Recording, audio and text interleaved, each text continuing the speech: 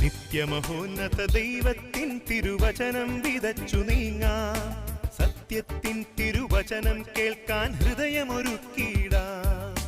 നിത്യമഹോന്നത ദൈവത്തിൻ തിരുവചനം വിതച്ചു നീങ്ങാം. സത്യത്തിൻ തിരുവചനം കേൾക്കാൻ ഹൃദയമൊരുക്കിയിടാം. തിരുവചനം കേൾക്കുമ്പോൾ മനസ്സുകളിൽ